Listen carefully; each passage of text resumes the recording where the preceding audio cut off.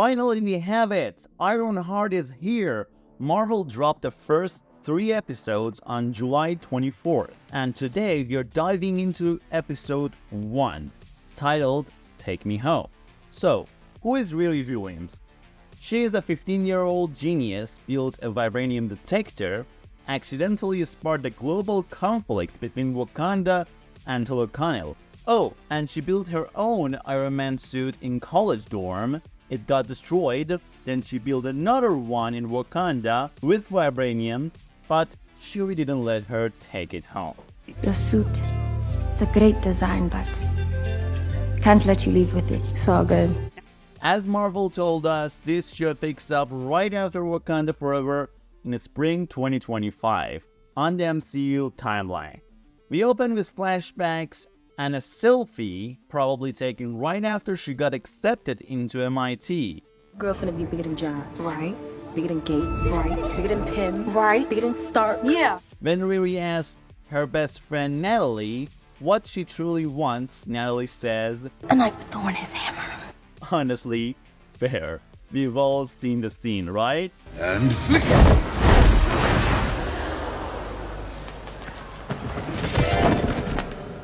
Just like in the comics, Riri's stepdad and best friend were killed in a drive-by shooting, a trauma that drives her mission. She's not building this suit to fight crime or be a superhero. There are 2 reasons why she's doing this, and we'll get to that later on.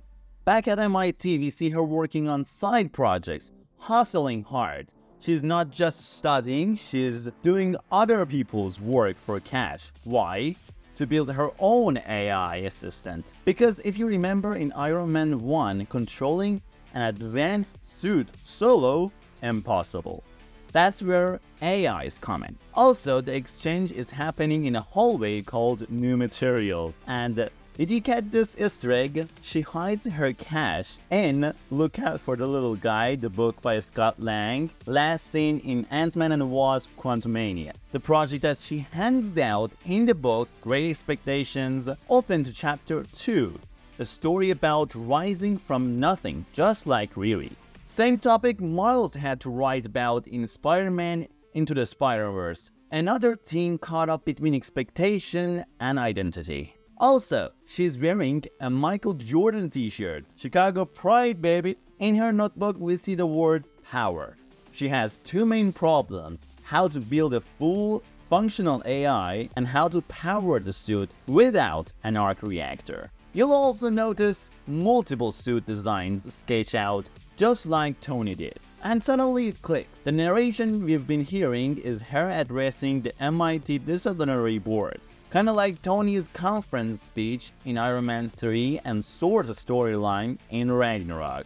She gets expelled, so she breaks into MIT's lab to grab her prototype parts. Her AI is called Trevor. Yes, like the pencil. Total goofball, just like the Clippy from Microsoft Word.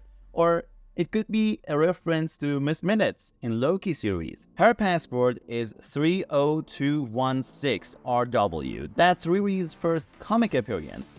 Invincible Iron Man issue 3, released March 2nd, 2016, aka 3/2/2016. We cut to a heist. The gang's van says friendly neighborhood service. It's nice Spider-Man reference, baby. Here, who we meet. Blood siblings. In the comics, there are aliens called Blood Brothers. The Clown, a professional assassin from Hawkeye comics. Slug, not the same as the comic version, but a wild dude.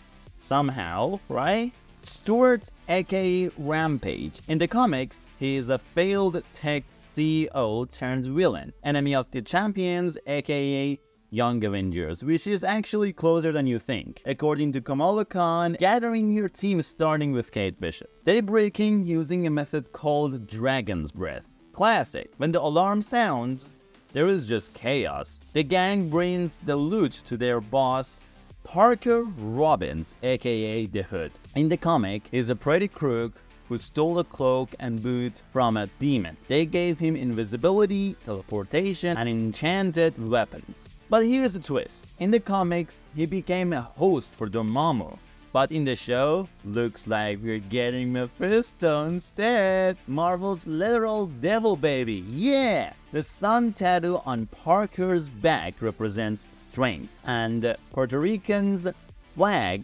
tattoo on his chest ties into Chicago's real population. We see a doomsayer preaching in the street, usually ignored, but in shows like Watchmen, these characters are onto something big. At the same time, Riri loses AI control. Her suit begins disintegrating, just like Tony's Mark I in Iron Man 1. What follows is a straight-up superhero walk of shame. And yeah, other heroes have done it too. You know what? I'm not gonna explain more. We finally get the title card crashing into the street like a meteor. Incredible animation, baby. We meet Xavier, Natalie's brother and Riri's comic friend. He gives her a Walkman and homemade mixtape. Total Guardians of the Galaxy vibe. Her mom, she's worried. She asks Miss Stanton, which crystal is for wise asses who've been kicked out of school? and she replies, Black obsidian. Black obsidian, the same kind the Coven used in Agatha all along. Then we find out that Riri sold her dad's car for money. Yeah, the one she worked on together in the comics and Wakanda Forever. Heartbreaking moment that shows just how far she'll go to finally build the suit. John offers her job at a pizza place. That's clearly a front. The card says, Desperitos Pizza. I called the number, it's fake, you're welcome. Inside, a Saw-style death trap. But Riri doesn't follow instructions. She builds her own way out. The whole crew watches, some impressed and some threatened. She meets the team, recognizes Rampage immediately. Parker offers her a fat stack of cash, and yeah, she takes it. At home, her new armor hangs from the ceiling. She listens to the mixtape. Suddenly, Natalie's final voicemail plays. Cue a panic attack and a fight with her mom. Flashbacks show her trying to upgrade her stepdad's car, but he said no. She's trying to shortcut life. MIT didn't work, so now she's building something herself with hearts. Why is she building the suit? Because the night her stepdad and best friend were killed, she was powerless. Now she wants power.